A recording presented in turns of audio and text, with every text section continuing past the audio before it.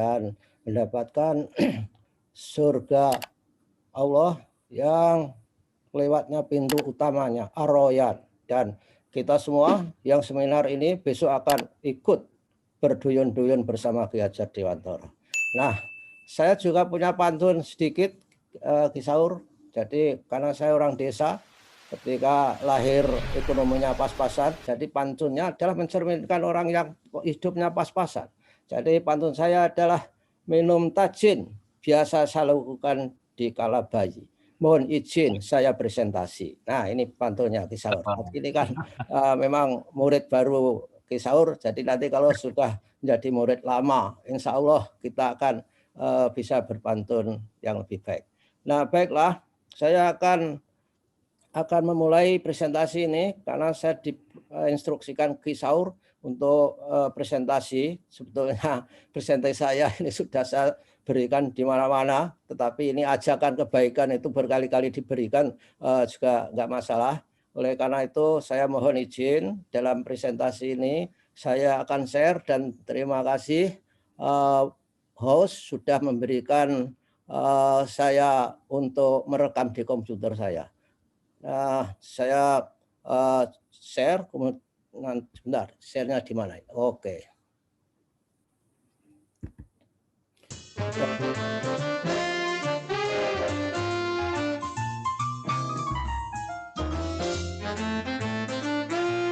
Mudah-mudahan bisa dilihat, dan ya bisa. Kita setting dulu. Nah, inilah. Nah, ini gimana ini supaya nggak ketutup ini ya. Bentar, saya setnya. Oke, terima kasih. Saya adalah bicara tentang tantangan profesional guru di era revolusi industri 4.0. Ini mengapa ini saya highlight? Nah, sebetulnya saya dalam kerangka untuk menyambut Merdeka Belajar itu saya juga membuat yang namanya website. Website saya adalah www.suyanto.id.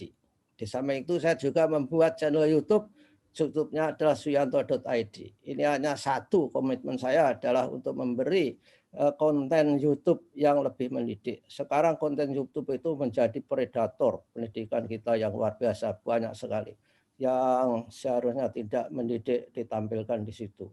Nah, inilah perjuangan niat saya, kata Mas Dejan tadi, kemauan yang penting, itulah kemauan saya untuk melawan konten media sosial yang tidak mendidik. Saya sadar bahwa saya tidak akan menang, tapi kalau saya tidak berbuat, saya khawatir dimasukkan ke dalam kelompok orang yang lemah iman. Nah, inilah konteksnya, saudara-saudara. Ketika kita Bapak Ibu yang terhormat, ketika kita bicara profesionalisme bagi guru, maka konteks ini adalah penting, yaitu revolusi industri 4.0 yang saat ini ciri khasnya ini adalah sangat membuat banyak orang tergopoh, terbingung, tidak saja orang, organisasi, perusahaan dan sebagainya. Ini harus melakukan adaptasi yang luar biasa.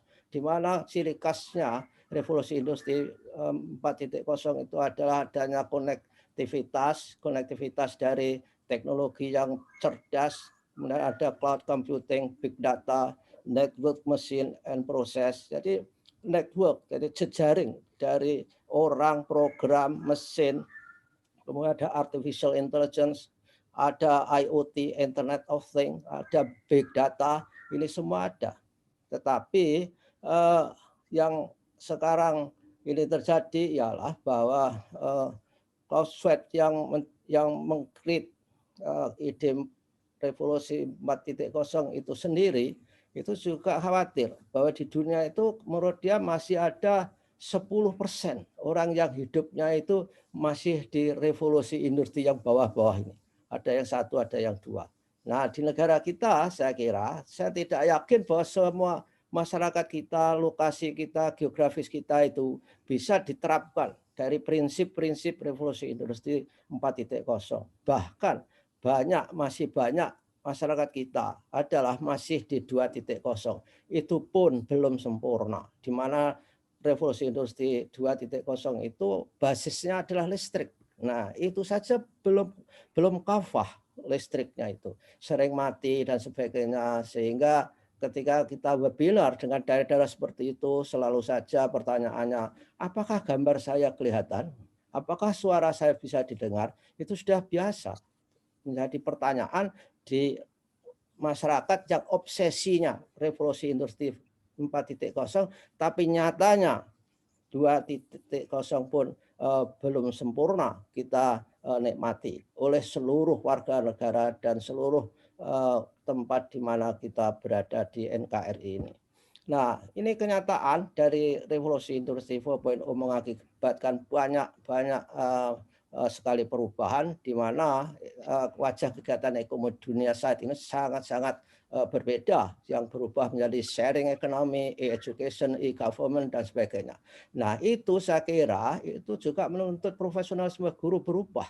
Jadi yang namanya e-government itu juga dilakukan di tempatnya Pak Dirjen tadi, sehingga guru juga harus mulai IT untuk akses, kemudian akses kepada layanan Dirjen GTK, akses terhadap penelitian, akses terhadap ilmu baru dan sebagainya. Ini ya, mau tidak mau, suka tidak suka, karena perubahan itu adalah luar biasa. Dan biasanya perubahan saat ini itu sangat luar biasa dan tidak terduga, tidak bisa di stop, yang biasa dirumuskan ke dalam singkatan yang disebut VUCA, FUCA, volatile, uncertain, complex, dan ambiguous. Luar biasa itu. Jadi sudah komplit lah membingungkan kita semua. Bagi yang tidak mau bisa beradaptasi, saya kira finish. Banyak sekali teknologi yang tidak bisa beradaptasi. Juga sekarang sudah nggak ada lagi. Seperti misalnya telepon Nokia, BlackBerry, juga misalkan Motorola, kemudian Siemens. Yang dulu itu merupakan HP-HP elit, sekarang sudah nggak ada lagi. Juga yang laptop. Dulu saya punya Fujitsu, Toshiba, kemudian Sony, dan saudara-saudaranya itu sekarang sudah tidak bisa dilihat secara masif di dalam pemakaian orang-orang komunitas yang menggunakan laptop akibat dari dia gagal beradaptasi. Nah, guru ketika gagal beradaptasi, saya yakin bahwa fungsinya di dalam kelas itu semakin tidak baik. Karena guru itulah yang akan menentukan di dalam kelas. Ada penelitian dari John Gottlieb ya, diberi judul Looking Behind the Classroom Doors itu. Itu sangat dahsyat itu buku itu, dan dikatakan bahwa ketika sekolah itu sudah ditutup oleh guru pintu-pintunya, kemudian proses belajar mengajar berlangsung, guru itulah yang akan menentukan akan dapat apa siswa kita itu. Apakah dapat pengetahuan saja? Apakah dapat nilai karakter seperti halnya yang diidam-idamkan oleh Ki Hajar Dewantara? Luar biasa itu. Nah, guru yang menentukan.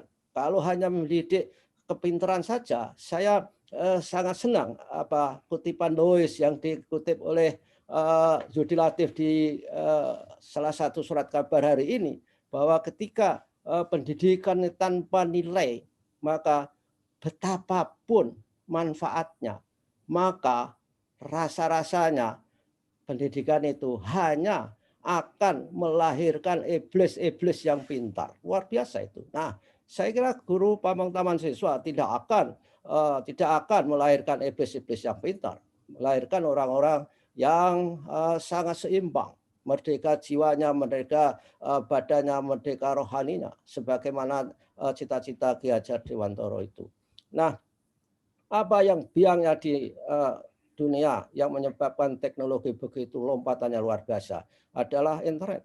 Internet kita itu sangat luar biasa, peningkatannya dari hari ke hari, dari tahun ke tahun, sehingga telepon, kabel TV, fax dan sebagainya sudah sudah bingung lagi dengan keberadaan internet. Zaman dulu internet itu ketika belum ada provider yang banyak, aksesnya tahun kira-kira 90-an itu pakai telepon. Akses internet itu pakai saluran telepon. Tapi sekarang ganti dengan internet itu kita bisa menelpon. Sehingga ini kan menjadikan bahwa perusahaan-perusahaan telepon itu menjadi bingung sendiri. Backbone-nya pakai teleponnya dia, tapi ketika internet itu aplikasi itu memanfaatkan saluran dia tidak mendapatkan apa-apa. Seperti di YouTube misalkan saja, itu bisa luar biasa miliaran orang. Tapi itu dasarnya dari paket data yang memberi paket data itu perusahaan telekomunikasi, tapi dia nggak bisa mendapatkan keuntungan apa-apa dari apa yang terjadi di YouTube itu misalkan. Ini luar biasa yang disebut disrupsi yang membingungkan itu. Nah inilah perkembangan akses internet orang Indonesia. Jadi Bapak Ibu perlu ketahui bahwa dengan revolusi industri, revolusi digital ini ada tenaga kerja global yang beralih profesi 75 sampai 375 juta. Kemudian pekerjaan yang digantikan ini artificial intelligence itu 1,8 juta. Dan artificial intelligence itu perkembangannya sangat-sangat progresif. Hanya kurun waktu bulanan itu selalu berkembang. Dulu ketika saya sekolah di Amerika, di Boston University, saya bersebarangan dengan MIT. Di MIT itu ada proyek yang menangani artificial intelligence. Saya membaca dokumennya dari situ yang saat itu saya kagumi, ya saat itu saya kagum bahwa dikatakan komputer itu adalah partner yang setia bagi manusia untuk mengambil keputusan. Jadi pada bayangkan tahun 79 ketika saya sekolah di sana itu, komputer itu diperlakukan sebagai partner saja. Tapi apa yang terjadi 30 tahun kemudian? Komputer itu sudah bisa memiliki daya analisis yang lebih canggih daripada manusia. Sehingga komputer itu lebih hebat. Sehingga artificial intelligence itu bisa menggantikan hampir banyak hal yang biasa dilakukan oleh guru-guru. Nah, ke depan saya kira peran guru untuk menanamkan pengetahuan, untuk mengajarkan pengetahuan akan banyak digantikan oleh artificial intelligence itu. Karena artificial intelligence itu bisa memberikan apa saja dan bahkan daya ingatnya luar biasa itu. Coba lihat karena ada IoT itu, saudara bisa mendapatkan apa saja di internet. Mau masak, mau membuat karya ilmiah, mau seperti bagaimana cara mengset komputer seperti apapun ada. Bahkan cara membuat bom pun juga ada saya kira. Nah ini karena ada IoT itu. Nah orang Indonesia akses internetnya itu adalah kuartal 2 tahun 2020 sudah sebanyak 196,7 juta. Nah ini kesempatan yang baik bagi guru-guru untuk mempersiapkan anak didik kita itu menjadi komunitas yang basisnya, yang backbone dari pergaulannya itu adalah berbasis internet. Sehingga para guru harus memiliki profesionalisme yang baru, yaitu menggeser bagaimana ke depan anak-anak bisa menjadi anggota masyarakat yang efektif ketika masyarakatnya menggunakan cara-cara, tata cara berkomunikasi dengan internet. Ini luar biasa dan ini mengubah semua perilaku orang, mau tidak mau. Ini yang saya ceritakan di seminar di mana-mana ketika saya dulu ulang tahun, ketika masih di Jogja, ya ketika itu masih jadi rektor saya, ulang tahun itu didatangi orang-orang yang dekat dengan saya, hanya 5 orang, gitu. Membawa makanan, buah-buahan yang sangat enak, luar biasa itu. Mengucapkan selamat ulang tahun Pak Yanto. Ya terima kasih saya bilang. Tapi untuk saat ini kalau saya ulang tahun yang mengucapkan itu tidak sekedar 5, ribuan, bahkan sampai 5.000 mengucapkan ulang tahun. Tapi dari 5.000 itu enggak ada satupun yang membawa makanan. Bawanya hanya gambar makanan, foto tumpeng, kemudian tat, foto lilin, puas macam-macam, meniup lilin, semua ada. Ini kan mengubah perilaku. Sama ketika dulu zaman tahun 71 saya menjadi mahasiswa, semua bank di Jogja itu selalu berkompetisi dalam hal untuk menampilkan teller yang sebaik-baiknya itu. Karena itu adalah window dressingnya bank. Jadi kalau tellernya menarik, orang akan suka datang ke situ sehingga bertransaksi. Apa yang terjadi sekarang? Nggak ada teller di bank sekarang. Tellernya hanya satu, hanya untuk melayani orang-orang yang gaptek aja. semuanya sudah menggunakan mobil banking dari rumah masing-masing. Nah, ini berikutnya, ini apa modal dari guru di abad di revolusi industri 4.0 yang adalah modal awal guru itu yang saya katakan adalah self-fulfilling prophecy. Ide ini adalah lahir dari apa yang disebut dengan Pygmalion effect. Ini jadi Pygmalion effect. Pygmalion itu cerita yang ada di Yunani sana yang luar biasa ini. Internet saya diingatkan unstable katanya. Mudah-mudahan Bapak Ibu semua masih bisa mendengar suara saya. Jadi pematung itu jatuh cinta kepada hasil patungan dari gading itu. Karena seolah-olah dia menjadi manusia beneran. Nah, kalau saudara mau penjelasannya lebih detail, datang ke website saya di www.suyanto.id. Saya tulis di sana. Nah, apa yang terjadi di situ? Yang pertama, ini kita harus percaya, harus memiliki kepercayaan terhadap orang lain, terhadap siswa kita. Kepercayaan yang apa? Kepercayaan yang positif, kepercayaan yang membanggakan bagi siswa itu. Karena apa? Karena kalau kita mempunyai kepercayaan yang baik terhadap siswa kita, ini akan mempengaruhi terhadap bagaimana action kita terhadap siswa kita. Jadi kalau kita ini ada risetnya, saya kira itu. Risetnya itu Rosenthal itu saya kira judulnya Pygmalion Effect in the Classroom. Jadi bagaimana Pak Guru itu diberikan oleh Rosenthal kesempatan untuk mengajar di kelas. Pak gurunya yang Rosenthal bilang, Pak Guru, tolong kelas ini diajar, anaknya itu adalah cerdas, kooperatif, rajin, santun, dan sebagainya. Sehingga guru itu membayangkan malam harinya itu sudah akan mengajar anak-anak yang seperti itu. Maka dia mempersiapkan dengan baik. Maka dia mencari data yang baik, mencari bahan yang baik untuk dipresentasikan kepada anak-anak yang baik, anak-anak yang cerdas, anak-anak yang kooperatif. Padahal anak itu biasa-biasa saja. Tapi karena diajar oleh guru yang memiliki persepsi seperti itu, tanpa ada data sudah percaya dia mempunyai self-fulfilling prophecy, maka anak-anak itu menjadi luar biasa pinternya. Karena gurunya ketika berpersepsi dia baik, kalau anaknya salah itu diberi jembatan berpikir. Tapi kalau sudah awal guru berpersepsi bahwa anak yang akan diajar ini adalah anak desa, anak enggak mutu, kemudian kurang santun itu, baru ketika salah maka itu akan dicibir dan dikritik yang tidak membangun. Nah, inilah pentingnya kita memiliki positif self-fulfilling prophecy terhadap siswa kita. Self-fulfilling prophecy ini juga bisa terjadi dalam dunia ekonomi, bisa terjadi dalam dunia politik, dalam dunia perbankan misalkan saja.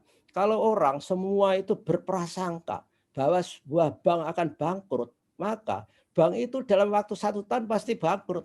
Karena ketika orang berprasangka bahwa bank akan bangkrut, maka semua berbondong-bondong mengambil uangnya dan terjadi rush. Karena bank itu menurut teori ekonomi hanya mampu membayar uang nasabah sebanyak paling banyak 20% ketika nasabah adalah mengambil dalam waktu yang sama. Nah, ini mirip-mirip seperti ini, Bapak Ibu guru yang saya hormati. Nah, kemudian action kita terhadap orang lain itu memiliki impact kepada orang lain, kepada siswa kita tadi, terhadap keyakinan terhadap diri mereka sendiri. Dia, bisa, saya bisa. Inilah akibatnya, maka pembelajaran itu adalah menjadi berjalan dengan baik. Ya sama ketika kita melihat sepak bola. Sepak bola itu kalau Messi membawa bola, orang yang nonton itu katanya Messi itu kalau memberi umpan luar biasa, cermat, tepat. Bukan Messi saja sebetulnya yang mendukung. Yang mendukung ya orang-orang penyerang depan itu karena memiliki self-fulfilling prophecy. Yaitu, pasti saya akan diberi umpan Messi. Saya juga ya, semuanya menempatkan pada posisi yang baik. Sehingga ketika datang bola, maka dia mengeksekusi terhadap umpan Messi itu. Nah, gitulah kira-kira. Nah, kepercayaan kepada diri mereka sendiri itu akan menyebabkan juga kepada kepada perilaku mereka kepada orang lain. Nah, pada gilirannya maka itu akan mereinforce terhadap, akan menguatkan kepada keyakinan diri seseorang itu. Nah, ini modal awal yang penting yang harus dimiliki, saya kira. Nah, ke depan 70% automatisasi pekerjaan itu, sehingga anak-anak kita harus kita siapkan untuk menghadapi itu secara mental maupun moral maupun skill. Kemudian kita lihat dunia digital kita di revolusi industri keempat ini, eksternalitas proses pembelajaran ini harus direspon secara inovatif. Guru tidak bisa tinggal diam. Apa yang terjadi di toko fisik menjadi sudah menjadi toko online, dan ini luar biasa. Yang menghadiahi saya itu bukan orang-orang yang kenal baik dengan saya, justru dari marketplace ini pada kirim hadiah kepada saya. Saya juga ngerti apa dasarnya. Dia tahu ya, karena dia memiliki big data. Itulah siapa yang memiliki big data, Bapak Ibu, saat sekarang pasti akan menguasai dunia. Oleh karena itu, Taman Siswa saya dorong, saya dukung untuk memiliki data pendidikan tentang Taman Siswa. Contohnya, misalnya GoFood itu ya, dari Gojek itu. Mengapa dia bisa survive, mendapatkan uang dari restoran? Karena memiliki big data. Big data tentang apa? Tentang restoran yang berjualan, tentang orang lapar yang mau beli makanan, tentang orang-orang yang punya motor, lalu menghubungkannya satu dengan lain, sehingga terjadilah pembelian, terjadilah transaksi. Sehingga yang namanya GoFood, Gojek itu saya kira dapat uang banyak setiap hari dari restoran walaupun dia sendiri tidak punya restoran. Nah, inilah fungsi-fungsi gejala-gejala transformasi ini harus dipahami oleh para guru kita di masa yang akan datang.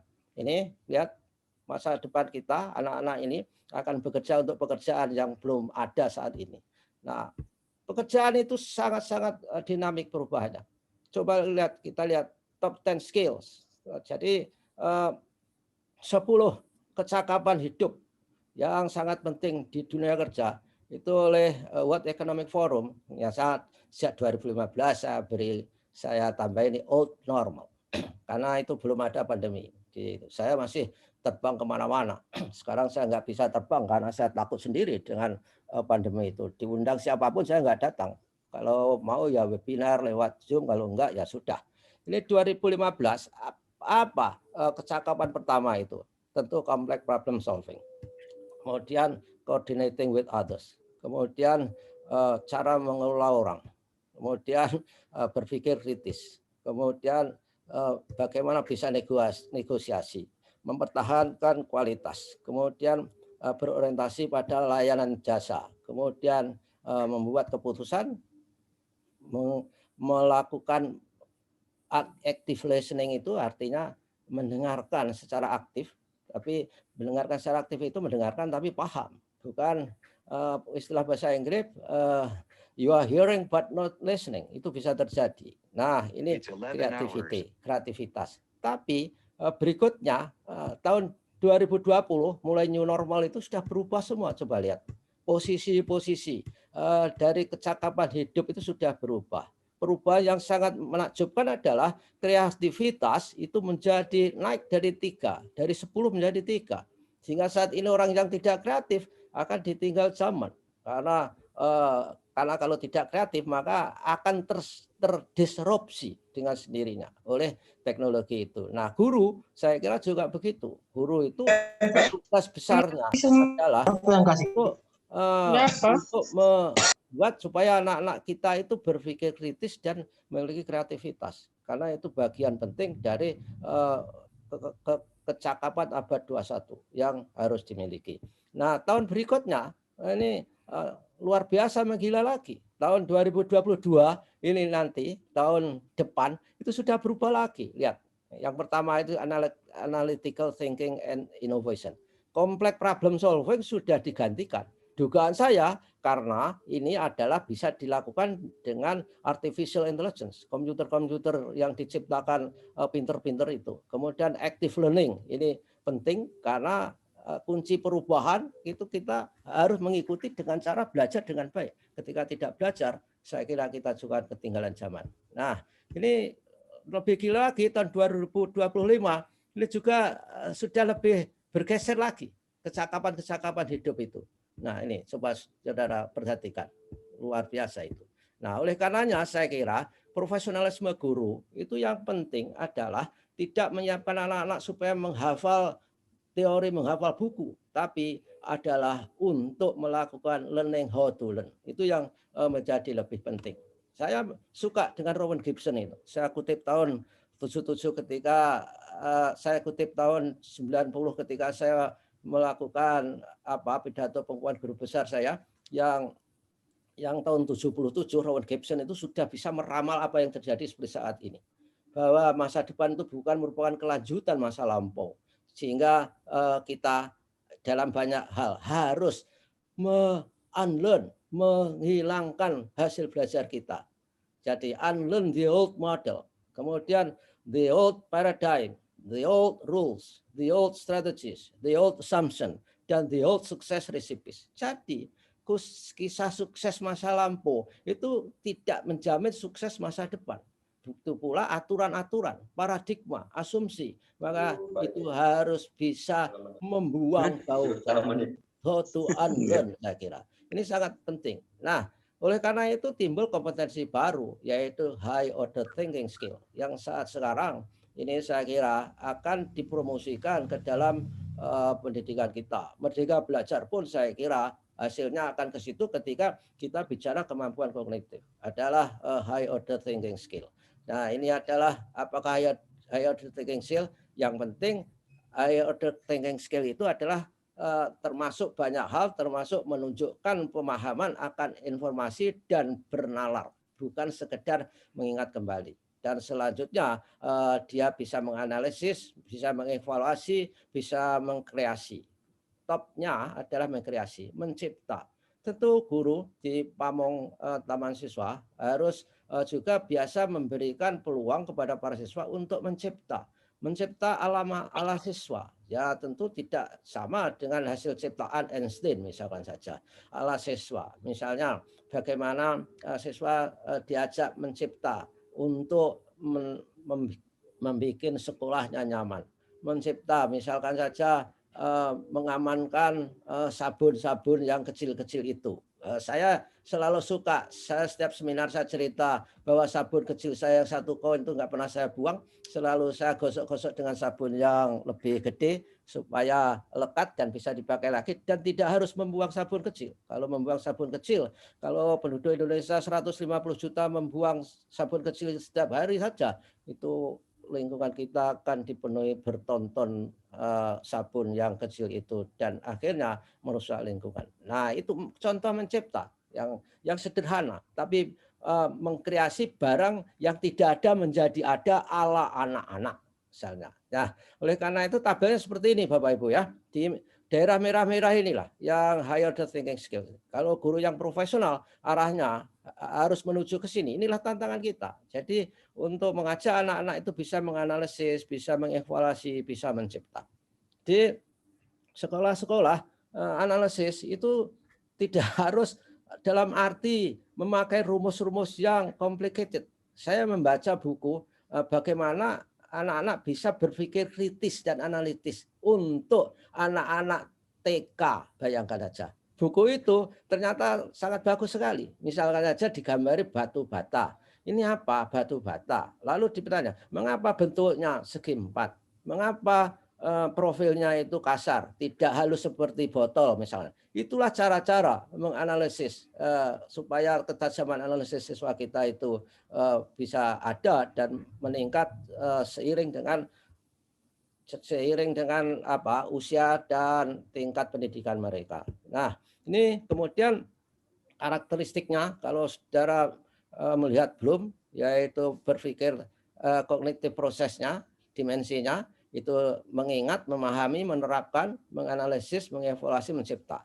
Lalu kalau kita melihat dimensi pengetahuannya, yaitu faktual, konseptual, prosedural, dan metakognitif. Yang paling tinggi itu metakognitif, yaitu sebuah upaya metakognitif itu bagaimana peserta didik kita memanfaatkan informasi yang ada dan kemudian pengalaman yang telah dialami untuk direfleksikan secara kritis demi untuk kehidupan mereka yang lebih efektif. Ini yang prinsip metakognitif itu. Sehingga tidak ada anak-anak yang misalkan saja tidak pernah belajar dan sebagainya itu. Harusnya anak-anak itu belajar. Tapi sebenarnya itu tidak terjadi secara otomatis. Sehingga orang-orang yang berkampanye belajar harus menyenangkan, itu saya tidak setuju 100%.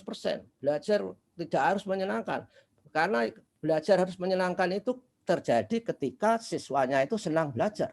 Kalau siswanya nggak senang belajar, diberi tagline belajar menyenangkan, itu tidak akan ketemu. Anak-anak di Finlandia itu memang sudah senang belajar. Sehingga ketika di sekolah, dia ya belajar menyenangkan. Sehingga bagi saya belajar itu harus menantang. Ketika tantangan itu dapat dipecahkan, baru bersenang-senang. Kalau belum belajar menyenangkan, padahal anaknya nggak suka belajar, nah itu kan tidak bagus karena kita harus memiliki siswa itu harus memiliki adversary quotient. Jadi bagaimana dia bisa menghadapi tekanan-tekanan dalam kehidupan yang itu harus dihadapi. Tapi bukan berarti kita melakukan tekanan yang di luar kemampuan peserta didik itu. Nah, ini kita sebagai guru yang profesional itu harus paham. Memberi tantangan kepada siswa itu sejauh mana. Kalau tantangannya hanya sama dengan kemampuan dia, itu tidak menantang. Sedikit lebih tinggi. Nah, kalau guru sudah bergaul dengan siswa, itu tahu derajat kemampuan siswa ketika kita beri tantangan, kita beri tugas, ketika kita beri pengalaman yang baru.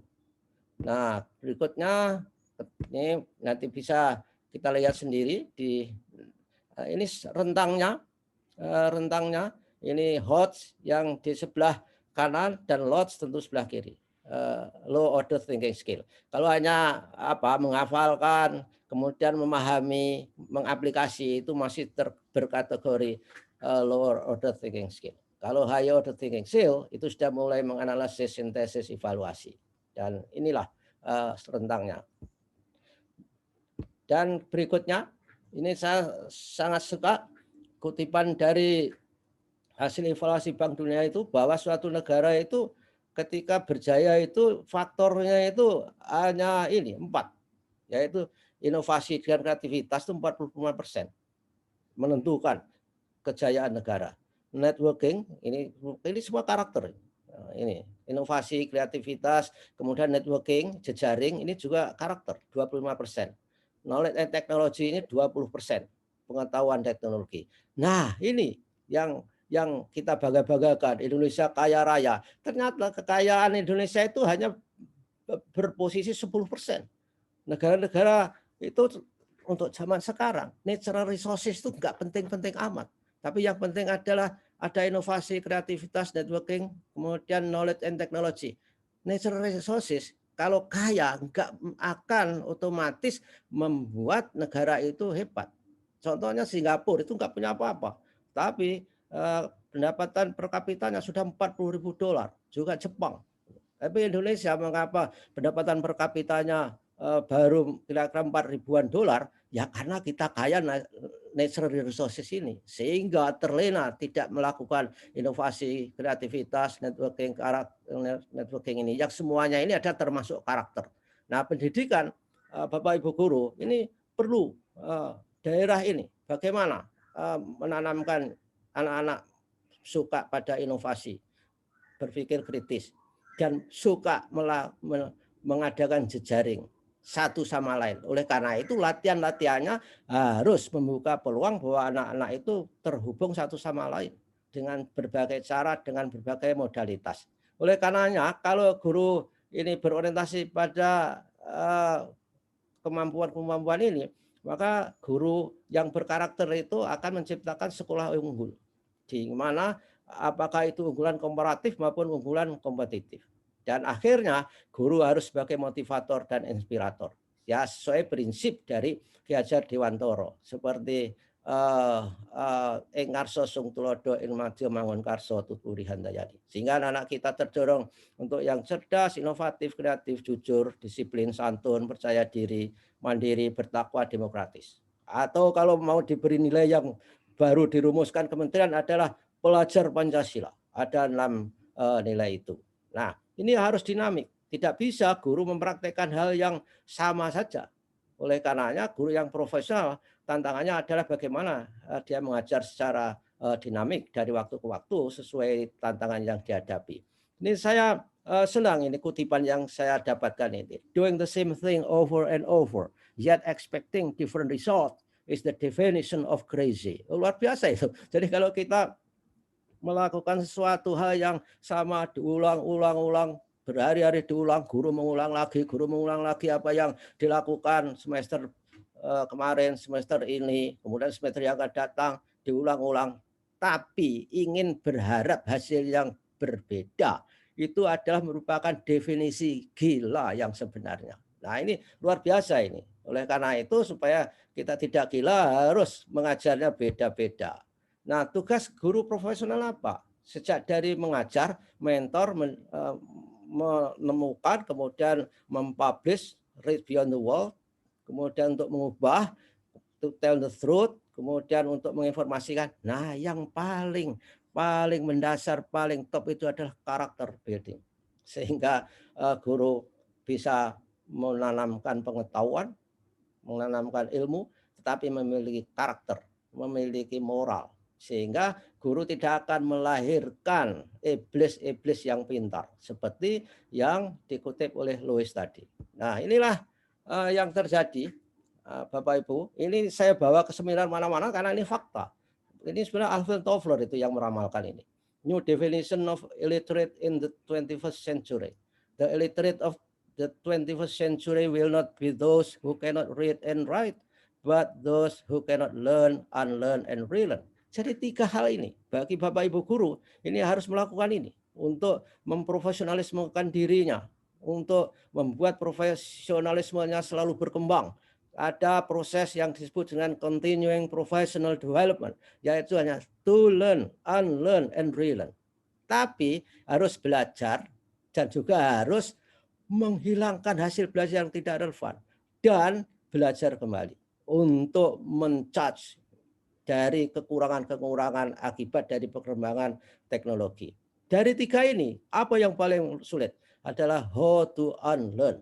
Orang kalau sudah belajar itu merasa nyaman dan dia tidak mau meninggalkan hasil belajarnya itu. Saya juga kadang-kadang to some extent itu juga menderita kesulitan dalam unlearn misalnya. HP saya saat sekarang ini retak.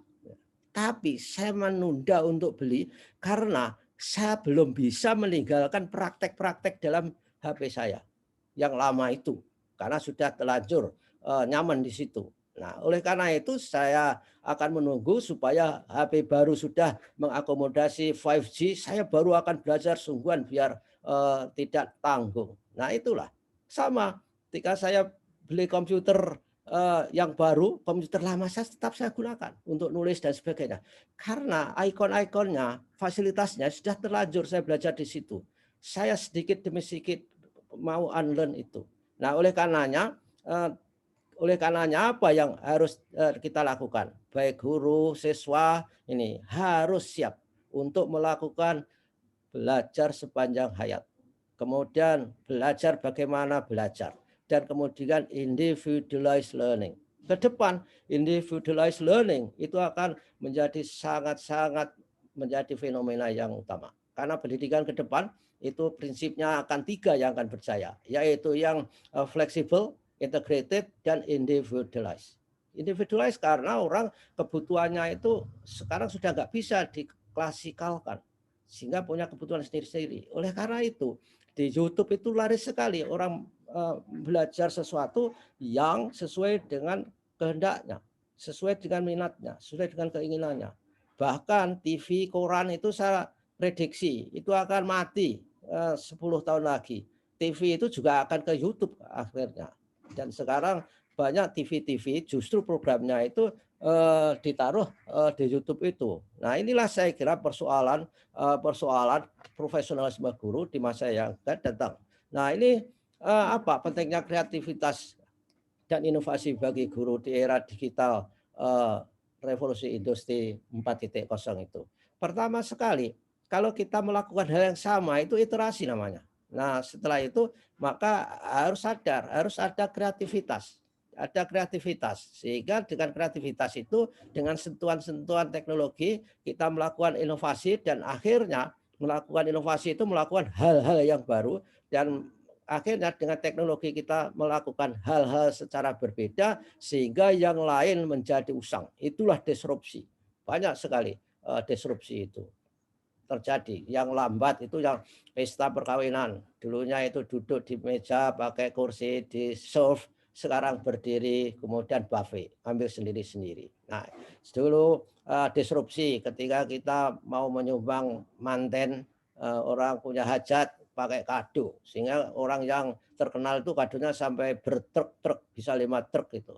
Nah, sekarang sudah agak zaman lagi, harus pakai uang karena lebih fleksibel. Kalau kado isinya kan paling hanya gelas, piring, sendok, taplak dan sebagainya. Ini terkena disrupsi. Nah, tol juga nggak dijaga orang lagi, dijaga oleh artificial intelligence, mesin yang bisa membaca kemana orang berapa tarifnya. Nah, inilah guru sukses dan guru gagal, Bapak Ibu. Guru sukses saya anggap yang profesional, guru yang gagal guru amatiran. Guru sukses itu yang mindsetnya benar, tindakannya benar. Sedangkan guru yang gagal amatiran itu mindsetnya salah, tindakan salah. Saya kira mindset ini yang akan diubah oleh Merdeka Belajar itu. Juga kelihatannya Direktur Jenderalnya Mas Syahril itu juga akan mengubah mindset guru melalui misalkan saja program-program yang akan melahirkan pemimpin-pemimpin pendidikan melalui guru yang sebagai pembelajar itu guru sehingga akan ada perubahan-perubahan leadership yang basisnya adalah perubahan mindset ini. Nah, apa kemudian mindset itu? What is the mindset? Adalah kumpulan kepercayaan yang akan menentukan reaksi dan pemaknaan seseorang terhadap situasi. Itu adalah mindset. Saudara harus ketahui bahwa ada teori kalau enggak dari Dweck, saya lupa, bahwa life is 10% what happened to you.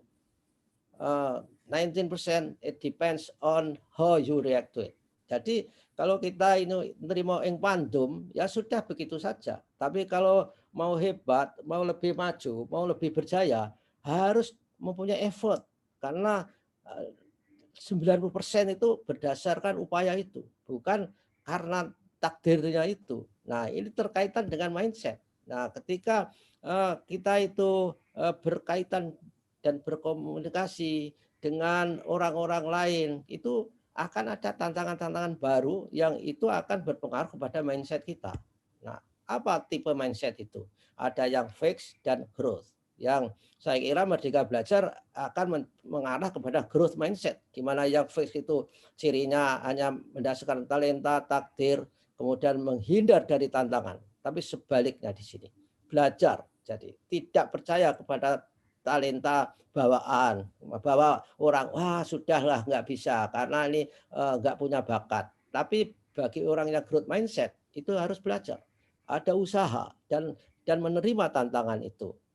Simbolisasinya seperti ini, ketika orang fixed mindset itu terkunci, mati otaknya, dan growth mindset itu berbagai imajinasi, berbagai inspirasi, berbagai mimpi ada di dalamnya. Imajinasi itu lebih penting daripada teknologi. Karena semua teknologi yang canggih lahir dari imajinasi-imajinasi. Dan itu jadi kenyataan. Seperti misalkan ada wisatawan Jerman datang ke Paris melihat Gunung Blanc, Mont Blanc. Akhirnya dia mempunyai imajinasi. Oh, kalau saya pulang akan membuat produk yang saya beri simbol Mont Blanc yang indah itu. Akhirnya lahir pulpen, lahir arloji yang pulpennya mahal. Satu pulpen ada yang berharga 20 juta segala macam. Jamnya saja ada paling murah 150 juta pada zaman belum krisis. Sekarang nggak ada yang beli barangkali karena mahalnya itu. Nah, itu juga imajinasi. Juga yang saya ceritakan di berbagai seminar itu ya lahirnya mobil Lexus itu juga ada inspirasi dari Chief Executive Officer-nya Toyota ketika besuk temannya di rumah sakit, ada anak-anak yang lari-lari naik turun meja lompat-lompat tetapi firm begitu lompat dari meja. Dia punya imajinasi, saya akan menciptakan mobil yang suspensinya itu firm, suspensinya itu stabil dan tidak goyah-goyang seperti anak lompat dari meja itu tadi. Lahirlah Lexus. Kabarnya Lexus itu sangat-sangat nyaman dan di tempat miring pun masih datar. Saya belum pernah menaiki Lexus karena belum ada yang dibikin taksi. Jadi nggak baik. Sehingga menurut review majalah mobil internasional, Lexus adalah mobil yang paling nyaman. Tapi menurut review majalah mobil internasional, Avanza adalah mobil tercepat di dunia. Karena kalau disalib masih ada lagi di depan, masih ada lagi. Nah, itu joke-nya seperti itu. Nah, kepercayaan bagaimana? Fixed mindset, talenta adalah segalanya. Dan harus selalu terlihat pandai atau cerdas. Growth mindset tidak. Kecerdasan itu adalah hasil dari proses belajar dan berjuang. Ini bedanya di situ. Jadi tidak terlalu nerimo ing pandum dalam bahasa Jawanya. Harus ada effort untuk maju. Kemudian dari tantangannya, fixed mindset itu selalu menghindar agar tidak terlihat kurang pandai atau cerdas, menghindari tantangan. Karena kalau mencoba masuk ke tantangan, kalau nggak bisa memecahkan itu gengsi. Tapi orang growth mindset, tantangan itu diterima sebagai sarana untuk berlatih. Nah ini bedanya. Oleh karena itu, Bapak Ibu Guru, kalau memberi PR, memberi tugas kepada siswa itu harus menunjukkan ini. Bahwa ketika dia bisa memecahkan tantangannya, itu akan membahagiakan bagi mereka. Jangan mendidik anak-anak menghindari tantangan itu. Lalu rintangan, bagi fixed mindset mudah menyerah dan enggan menghadapinya. Ya sudahlah, ini memang kita sudah takdirnya seperti ini. Jadi sudah putus asa. Jadi gagal itu gagal sekali saja sudah nggak mau mencoba. Padahal saya membaca salah satu rumah makan ayam goreng yang terkenal yang di mana-mana ada. Dulu ketika menawarkan produknya pertama kali nggak pernah diterima orang. Diterima orang baru menawarkan ke 3.000 kali. Bayangkan. Kalau saya nawarkan itu mungkin baru 500 ditolak 500 bahkan ditolak 20 kali aja sudah stroke kali. Nah, karena yang menawarkan itu growth mindset, mau bertahan dan berusaha untuk mengatasinya. Ya sama dengan Thomas Edison. Ketika dia bereksperimen dengan listriknya, dia bahkan mencoba rambut itu sebagai wolfram untuk lampu pijar. Ketika tidak bisa, apa ekspresinya si Thomas Edison itu? Saya menyimpulkan bahwa rambut tidak bisa digunakan untuk lampu pijar. Bukan menyimpulkan, oh gagal ini. Nah bukan begitu. Dengan cara berpikir seperti itu, maka pikiran dia berkembang. Kemudian berimajinasi karena growth mindset itu. Nah, kemudian usahanya gimana? Kegiatan yang sia-sia karena semuanya sudah ditentukan takdir. Nah, inilah ciri orang fixed mindset. Jadi, guru ketika menghadapi berbagai tantangan, internet nggak baik, koneksinya jelek, siswanya nggak mau dengarkan, jangan putus asa. Harus semua dihadapi, wajib dilakukan untuk mengembangkan keterampilan kita untuk menghadapi siswa itu. Juga siswa dilatih seperti itu. Nah, berikut kritik bagaimana? Kritik itu merupakan serangan pribadi dan harus ditolak. Ciri khas orang yang growth mindset itu anti kritik. Nah, jadi kritik merupakan serangan pribadi dan harus ditolak. Kemudian orang growth mindset, justru kritik itu dijadikan sumber informasi dan peluang untuk perbaikan. Bahkan orang yang fixed mindsetnya itu sangat-sangat fix itu, kalau dikritik itu selalu minta solusi. Jangan suka ngeritik, berikan solusinya. Kalau ngeritik saja bisa. Nah itu karena growth mindsetnya sudah terlalu. Orang ngeritik ya biasa saja ngeritik. Nggak usah dipikirkan apakah dia mau memberi solusi atau tidak. Kalau ngeritik lalu memberi solusi, itu namanya bukan mengkritik, tapi itu adalah konsultan yang harus dibayar mahal.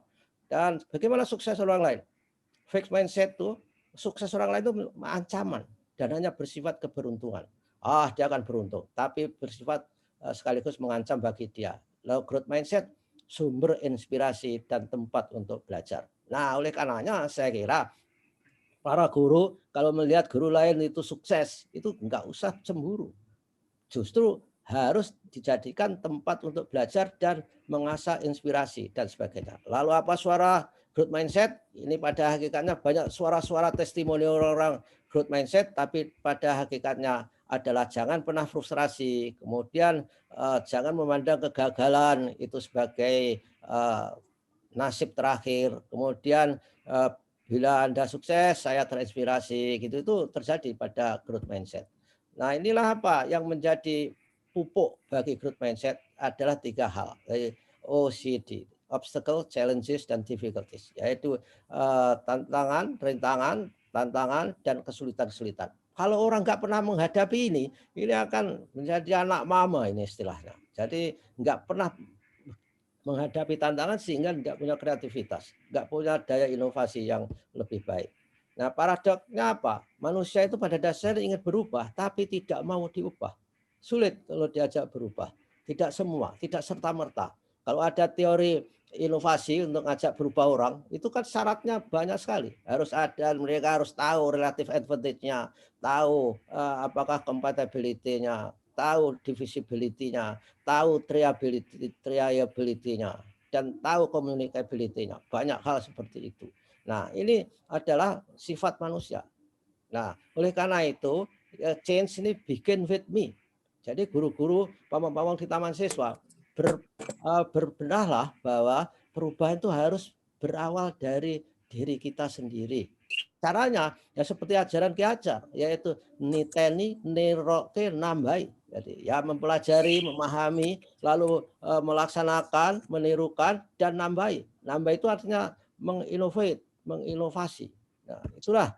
Nah, ini gambarannya. Jadi kalau saudara sebagai guru digambarkan dalam kelompok merah ini semua ke sana, ini orang-orang yang guru biasa dan atau di bawah standar kompetensi. Tapi kalau guru baik, guru berprestasi itu bisa ke sana sendiri, nggak usah bahwa temannya banyak itu tidak menjamin benar, nggak menjamin selamat, nggak menjamin bahwa itu berbasis nilai, karakter dan sebagainya. Oleh karena itu mulailah dari diri sendiri. Kemudian ini dari mana mindset? Ya tentu dari otak kita, pikiran, kemudian berubah menjadi attitude, menjadi perilaku, menjadi sikap, perilaku, karakter, dan habit. Habit ini inti daripada karakter. Semua karakter itu ditanamkan melalui habituasi dan akhirnya menjadi mindset. Nah, sehingga ketika kita memiliki new habit, kemudian memiliki mindset baru dan memiliki new result dalam hidup kita. Nah, ini biasa yang sudah saudara ketahui bahwa kecakapan obat 21 itu seperti itu, dalam arti bahwa kita menurut versi ini to know, to do, to be, learning to be, dan to live together, punyanya UNESCO. Ini yang di dasar ini kita perlu memiliki learning innovation yang 4C biasa itu adalah critical thinking and problem solving, creativity and innovation, communication, collaboration. Kemudian dari digital literacy kita harus tahu information literacy, media literacy, ICT literacy. Dari kehidupan karir kita harus memiliki flexibility and adaptability. Jadi fleksibilitas dan adaptabilitas. Kemudian memiliki inisiatif, memiliki self direction, bisa menentukan kemana kita pergi secara mandiri. Kemudian memahami interaksi sosial dan cross cultural. Jadi kemudian produktivitas, tanggung jawab, kemudian punya leadership, kepemimpinan, dan memiliki pertanggungjawaban itu. Nah, ini dari versi ini dan banyak hal yang lain. Ini juga ada dari tempatnya itu person learning curve report inilah kompetensi abad 21. Yang tadinya 4 tadi dijabarkan ke sebelah kanan ini. Kemudian dari sisi lain dari saya kira ini World Economic Forum yang mendefinisikan 21st century skill itu ini mirip, yaitu adanya literasi yang fundamental. Ya, apa saja itu ya, literasi itu sendiri, numerasi, science literacy, ICT literacy, financial literacy, dan cultural and civic literacy. Nah, kemudian dari sisi bagaimana kompetensi how students approach complex challenges, bagaimana membuat siswa kita itu bisa menangani tantangan-tantangan yang kompleks, harus memiliki 4C tadi. Nah, ini tadi. Kemudian bagaimana kaitannya dengan lingkungan, maka harus memiliki hasrat ingin tahu, punya inisiatif, kemudian great persistence, itu tahan banting, adaptif, dan leadership, dan juga memiliki kesadaran sosial dan kultural. Ini yang sulit. Kadang-kadang kesadaran ini nggak dimiliki, apalagi dalam masa pandemi ini. Pandemi ini kan masih ada, dianggap orang sudah tidak ada karena sudah ada vaksin misalkan, sehingga protokol kesehatan tidak diabaikan sama sekali. Kemudian karakter guru, yang paling penting guru itu adalah menginspirasi. Guru-guru yang biasa-biasa kelasnya itu hanya mendeskripsi, lalu agak meningkat mengeksplanasi, bisa mengilustrasi, bisa mendemonstrasikan, dan menginspirasi. Inilah tugas kita yang luar biasa. Sehingga kita anak-anak itu mempunyai inspirasi, harapannya dia itu akan lebih baik dari gurunya ketika terjun ke dalam masyarakat. Kalau murid-murid kita itu lebih jelek dari kita, ini saya kira gagal kita. Ini ibaratnya kita mendidik gogor menjadi kucing. Harusnya gogor harus menjadi macan. Artinya mendidik anak macan menjadi macan, bukan mendidik anak macan menjadi kucing. Begitu. Nah, oleh karenanya guru ini faktor utama dalam menentukan keberhasilan proses belajar mengajar, yaitu aspek learning how to learn tadi. Nah, sekarang berubah di revolusi industri 4.0 itu, bagaimana belajar yang tradisional dengan belajar yang baru. Dari sampai hari Kamis tadi saya nanya ke Pak Tata waktu pas lagi di atas. Dari push menjadi pull. Kemudian ini juga mirip perubahan-perubahan yang akan terjadi dan harus kita lakukan. Jadi filosofinya sekarang ini konstruktivis. Ini sangat penting, tidak secara mentransformasi, tapi anak-anak itu dibiarkan mendapat pengetahuan, mencoba mendapat pengalaman, dari pengalaman itu bisa mengkonstruksi pengetahuan sesuai dengan pengalaman mereka itu. Kalau kita mau mentransformasi, ini 2 slide lagi, mohon maaf, mohon sabar, kita harus melakukan, guru harus bertransformasi ke dalam hal yang lebih profesional, harus melakukan tindakan-tindakan yang memiliki kesadaran, memiliki visi, memiliki pemahaman terhadap apa yang dilakukan, memiliki passion misalnya, memiliki values, nilai-nilai, kemudian skills, kemudian etika, kemudian memiliki pengetahuan dan memiliki prinsip-prinsip di dalam profesinya itu. Tidak mudah larut ke dalam berbagai godaan-godaan yang bertentangan dengan nilai-nilai moral. Kemudian ini yang terakhir saya kira. Nah, persoalannya adalah guru itu kadang-kadang berada di comfort zone. Yang belum bayar ujian. Guru yang sudah di zona nyaman, ya? Nggak mau buat apa-apa, nggak mau menulis, nggak mau meneliti, nggak mau baca. Sehingga mereka ini bagi kepala sekolah harus dibangunkan supaya dia berada di fear zone, agak takut lah gitu, karena kok ternyata dunia berubah, takut, sehingga dia sadar ada lack of self confidence. Kemudian biasanya membuat excuse. Guru-guru yang tadinya di comfort zone itu disuruh belajar, wah sudah tua mau pensiun dan sebagainya, sudah begini sajalah, itu yang harus dibangunkan.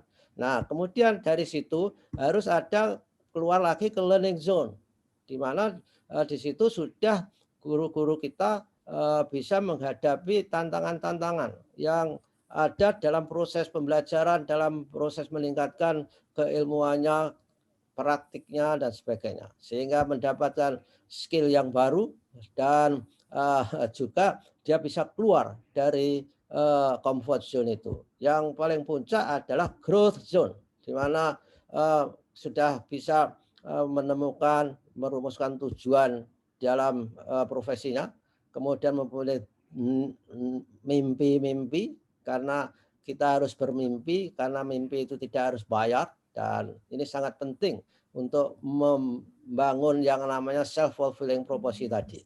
Kemudian bisa melakukan perumusan tujuan yang terukur dan bisa mencapai tujuan yang sudah dirumuskan itu. Saya kira itulah apa yang bisa saya sampaikan. Mohon maaf waktunya terlalu banyak Ki Saur, karena saya kalau disuruh ngomong itu kadang-kadang sulit berhenti Ki Saur. Mohon maaf. Assalamualaikum warahmatullahi wabarakatuh. Waalaikumsalam warahmatullahi wabarakatuh. Matur sembah nuwun Prof Yanto, luar biasa. Bapak Ibu dapat madu di ujung tebat, anak lari dekat perigi. Prof Yanto ini memang hebat, kita berikan tepuk tangan sampai pagi.